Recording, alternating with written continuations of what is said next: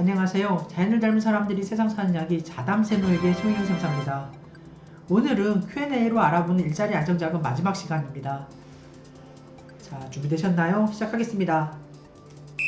첫 번째 사항입니다. 건강보험, 국민연금, 산재보험 등이 미가입한 경우 지원 여부 및 그 가입해야 하는지 여부입니다. 일자리 안정자금은 고용보험 가입을 요건으로 하고 있습니다. 즉 이때 고용보험 가입 시 그 4대 보험 정보 연계를 통해 4대 보험 가입 의무가 발생을 하는데요. 그렇기 때문에 기타 사회보험 가입 여부와는 상관없이 고용보험에 가입되어 있는 경우라면 지원이 가능합니다. 두 번째 사항입니다. 사업주 지원 요건 중에 사회보험료가 체납된 경우에도 지원 대상이 되는지 여부입니다. 일자리 안정자금은 보험료를 재원으로 운영되는 사업이 아니기 때문에 보험료 체납과 관련하여 별도의 제한 규정을 두고 있지 않습니다. 세 번째 사항입니다. 신청일 이전에 고용 조정을 실시할 경우 지원 대상에서 제외되는지 여부입니다. 지원금을 지급받는 동안에는 고용을 유지하도록 하기 위해 신청월 이후 고용 유지 의무를 부과하고 있습니다. 하지만 본 제도는 소급 지원이 가능하며 신청 시 지급 희망월을 선택할 수 있도록 설계되어 있기 때문에 신청 시 선택한 지급 희망월부터 고용 유지 의무를 부과하고 지원금을 지급받는 동안에 해당 사업 내에서 지원 대상 근로자에 대해 인위적으로 감원이 발생한 경우라면 그 지원이 중단될 수 있습니다.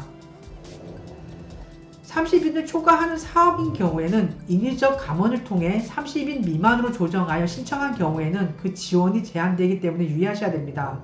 즉 지급 희망월 직전 3개월간 30인을 초과하는 경우가 있는 사업에 대해서는 인위적 감원 여부를 확인할 예정입니다. 하지만 기존 30인 미만 사업장인 경우에는 지원금 신청 이전이 인위적 감원 여부에 대해서는 별도로 제한을 두고 있지 않습니다. 네 번째 사항입니다. 매월 상시 노동자 수가 변동하여 30인을 오르락 내리락 하는 기업은 어떻게 지원되는지 여부입니다. 지급 희망월을 기준으로 직전 3개월간 매월 말일 평균 노동자 수가 30인 미만으로 최초 지급 결정이 되어 지원금을 지급받고 있는 사업인 경우에는 이후에 30인을 초과하더라도 29인까지는 계속 지원이 됩니다. 즉 여기서 30인 미만 산정 원칙을 잠시 보면은요. 첫째, 지급 희망월 기준 직전 3개월 기준. 두 번째, 3개월을 산정할 수 없는 사업장은 지급 희망월 즉 전월까지 기준. 세 번째, 2020년 해당 사업 개시월부터 지급받고자 하는 경우에는 성립월 말일 기준 평균 노동자 수를 말합니다. 다섯 번째 사항입니다. 임금체불 명단 공개 사업주와 관련하여 2020년 사업 진행 기간 중에 그 명단 공개 기간이 종료될 경우에 그 이후에 지원이 가능한지 여부입니다. 일자리 안정자금은 최저임금을 준수하면서 성실하게 임금을 지급하고 있는 그 사업주의 경영부담을 덜어주고자 도입된 제도이기 때문에 임금체불로 인한 명단이 공개된 사업주인 경우 체불 횟수가 빈번하거나 체불액이 큰 사업주로서 동사업에서 지원을 배제하기로 결정한 사업자입니다. 따라서 2020년도 중에 임금체불 명단 공개 기간이 종료하더라도 2020년 지원에서는 배제가 됩니다. 여섯 번째 사항입니다. 월 보수액 215만원 이하는 어떤 의미인지입니다. 월 보수액 215만원은 실제로 노동자가 지급한 총 급여의 개념입니다. 따라서 연말정산에 따른 갑근세 원전진수 대상 근로소득과 동일한 개념으로 당연히 세전 금액을 의미합니다. 일곱 번째 사항입니다. 신청 이후에 월 보수액이 215만원을 초과하여 인상된 경우에도 지원이 가능한지 여부입니다. 일자리 안정자금 지원 사업은 최저임금 인상에 따른 사업주의 경영 부담을 완화하고자 도입된 제도로 사업주가 노동자의 그 임금을 인상하였다는 뜻은 사업주의 지급 능력이 향상되었음을 의미하기 때문에 당의 일자리 안정자금을 지원하는 것은 부적절하다고 판단을 합니다. 따라서 신청일 이후 기본급이 인상이 되거나 소정 근로시간 등 새로운 근로계약을 변경하여 월평균 보수가 215만원을 초과하는 경우에는 사업주는 반드시 변경 신고를 해야 됩니다. 만일 이러한 변경 신고를 하지 않는 경우에는 다음 연도 확정 신고된 보수 총액을 일괄 모니터링을 해서 사후에 환수될 수 있음에 유의하셔야 됩니다. 8번째 사항입니다. 지원기간 도중에 주문량 증가 등 일시적인 사유로 월 보수가 215만원을 초과할 경우에도 변경 신고를 해야 되는지 여부입니다. 월 보수 215만원은 당해년도 매월 지급되는 그 보수를 월평균한 개념이기 때문에 일시적인 사유로 일부 달에 임금이 215만원 초과했다 하더라도 반드시 변경 신고를 해야 하는 것은 아닙니다.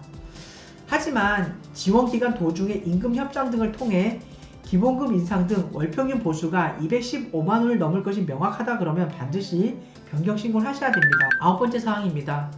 특수 관계인 중에 근로자성 판단을 거쳐 고용보험에 가입된 경우에도 지원이 불가능한지 여부입니다.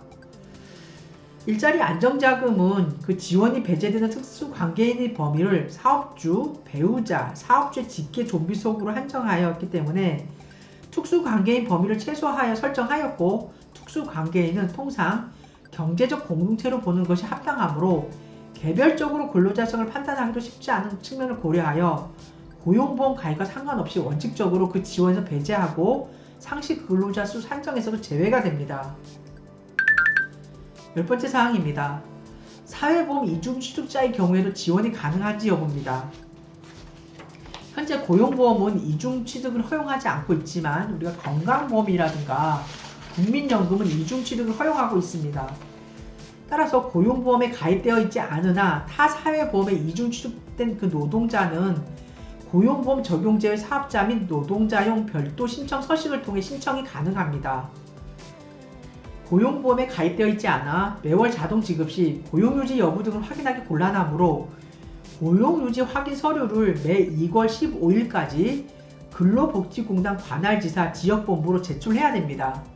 11번째 사항입니다. 직접 지급이 아닌 사회보험료 대납은 어떻게 하는지 여부입니다. 사업주의 편의를 위해 직접 지급 또는 사회보험료 대납 방식 중에 사업주가 선택한 방식으로 지급을 하는데요.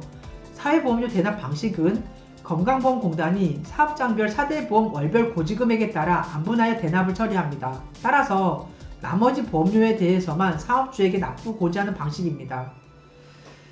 직접 지급 또는 사회보험료 대납 방식은 최초 지원금 신청 시에 선택하고 최초 지원금 지급 이후에는 지급 방식이 변경이 불가합니다. 12번째 마지막 사항입니다. 사회보험료 대납을 선택한 경우에 사회보험료 공제 순위를 선택할 수 있는지 여부입니다.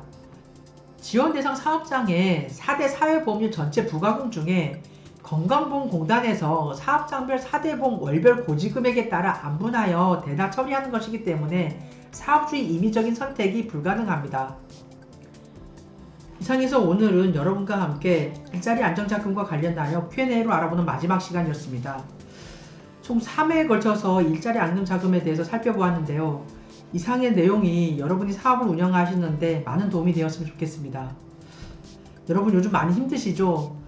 코로나19가 우리 사회에 이제 들어온 지 지금 한 달이 넘어가는데 정말 우리나라 경기도 너무 힘들고 사람들 지금 마음도 다 얼어붙었습니다.